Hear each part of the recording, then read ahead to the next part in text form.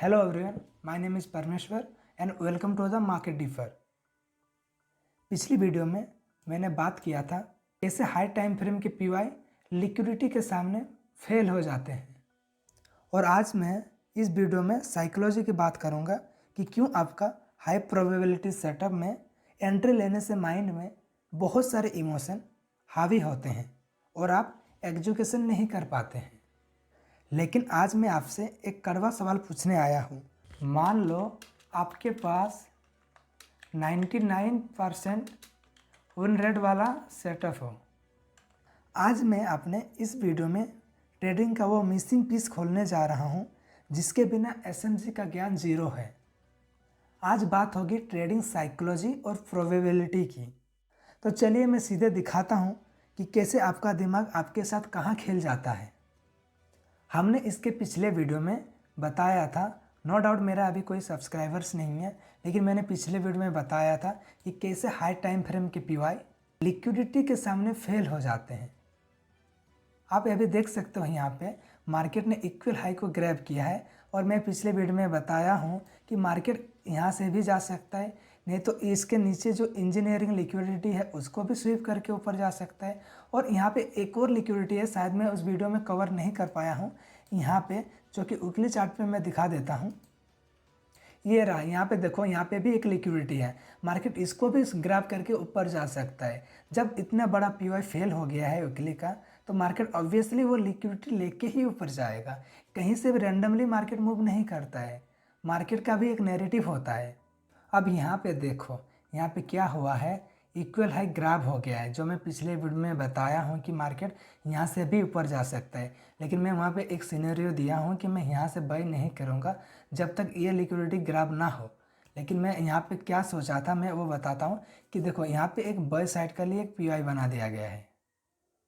देखो, मैं इसको 1 आवर पीवाई लिख देता हूँ, ठीक है। ये हो गया 1 आवर पीवाई, ठीक है।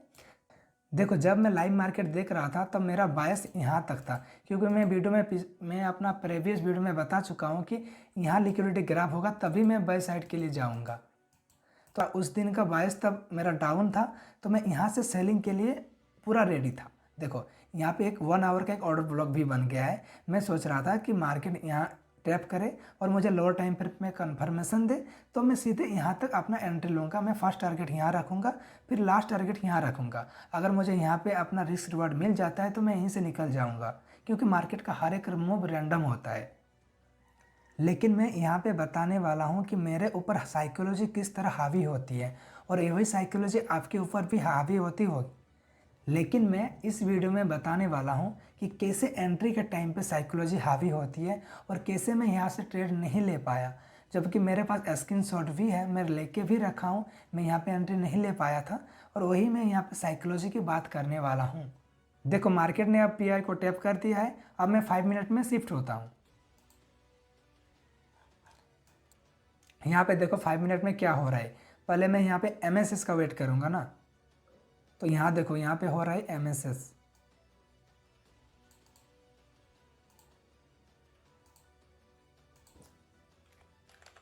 ठीक है, जब यहाँ पे MSS होगा तभी हम अपना रिटेस्ट पे एंट्री लेंगे, यही अधिकतर लोग करते हैं। तो ठीक है, मैं यहाँ पे MSS होने का वेट करता हूँ। देखो, यहाँ पे MSS हो चुका है। अब मैं यहाँ पे अपना PY मार्क करता हूँ, ठीक है। ये रहा मेरा PY, जो कि ये है ऑर्डर ब्लॉक, और ये FVG, जो मैं इसी जगह से अपना एंट्री बनाऊंगा, ठीक है।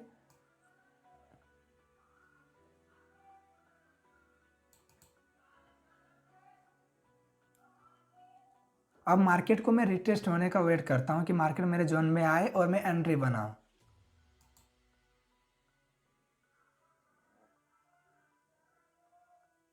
ये देखो, मार्केट मेरे जोन पे आ गया है। लेकिन यहाँ पे साइकोलॉजी क्या बताती है, क्या माइंड में होता है, मैं वो बता रहा हूँ, और मेरे माइंड में क्या चल रहा था। यहाँ पे देखो मेरे ऊपर साइकोलॉजी किस तरह हावी होती है, और आपके साथ भी यही ज़रूर होता होगा कि देखो जब ये डिस्प्लेसमेंट कैंडल बन रही थी ना, तो देखो मैं एनालिसिस क्या किया था कि देखो इधर वीकली का स्विप हुआ है नीचे साइड से, जो बाइंग प्रेशर भी आ रहा है और मेरा बायस था सेलिंग पे। तो मैं यहाँ पे ऐसा डर लगने लगा मुझे कि कहीं मैं यहाँ पे फेल ना हो जाऊँ, कहीं मेरा स्टॉप लॉस ना चला जाए, मैं अपना एसएल देने के लिए डरता हूँ। यही सबसे बड़ा साइकोलॉजी कमी है। ये साइकोलॉजी का पहला धोखा है। और मैं बताता हूँ कि जब इसके बाद मार्केट ने क्या किया है, ये देखो।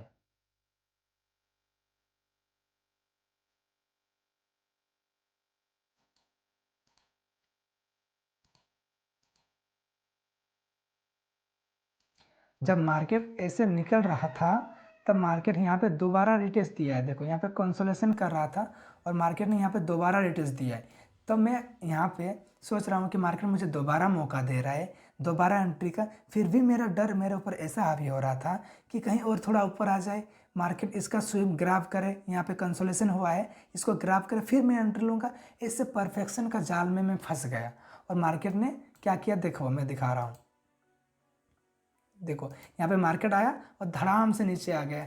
ये मैं कोई फेक नहीं बोल रहा हूँ, ये मेरा पर्सनल एक्सपीरियंस है। मैं खुद यहाँ पे अपना ट्रेड को एग्जीक्यूट करने वाला था, लेकिन मेरे अंदर यही साइकोलॉजी चल रही थी। देखो साइकोलॉजी में पहला धोखा होता है कि हम परफेक्शन का वेट करते हैं। हम लोग हर चीज़ को परफेक्ट करने की कोशिश करते हैं, जबकि मार्केट एक प्रोबेबिलिटी है। मार्केट का हर एक मूव रैंडम होता है। अगर मार्केट ने आज यहाँ पर ऐसा मूव दिया है तो हो सकता है अगली बार भी ऐसा सेटअप बने तो ऐसा मूव ना हो। उसका हर एक मूव रैंडम होता है। तो हमें स्टॉप लॉस देने से डरना नहीं है। हमारा स्टॉप लॉस चला जाएगा तो उसमें हम उसको एक बिजनेस कॉस्ट की तरह देखेंगे।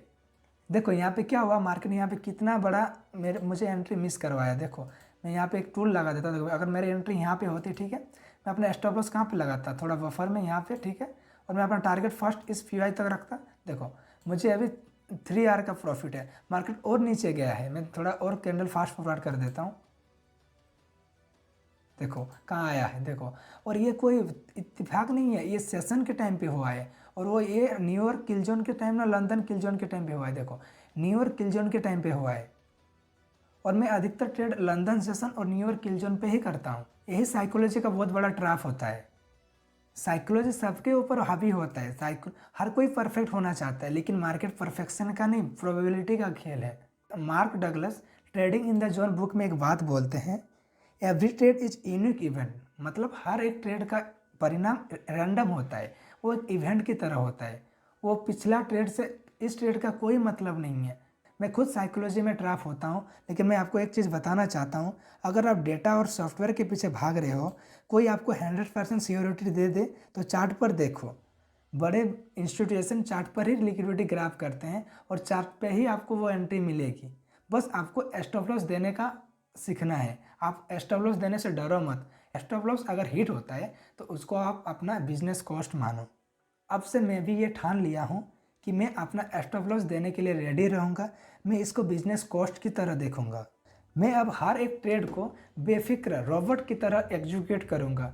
अगर आपको साइकोलॉजी में बेहतर होना है तो आप trading in the zone book को एक बार डीपली जरूर पढ़िएगा। अपने लाइफ में अप्लाई करना है। आप खुद उसमें समझ पाओगे कि मेरे साथ ये गलती हो रहा है।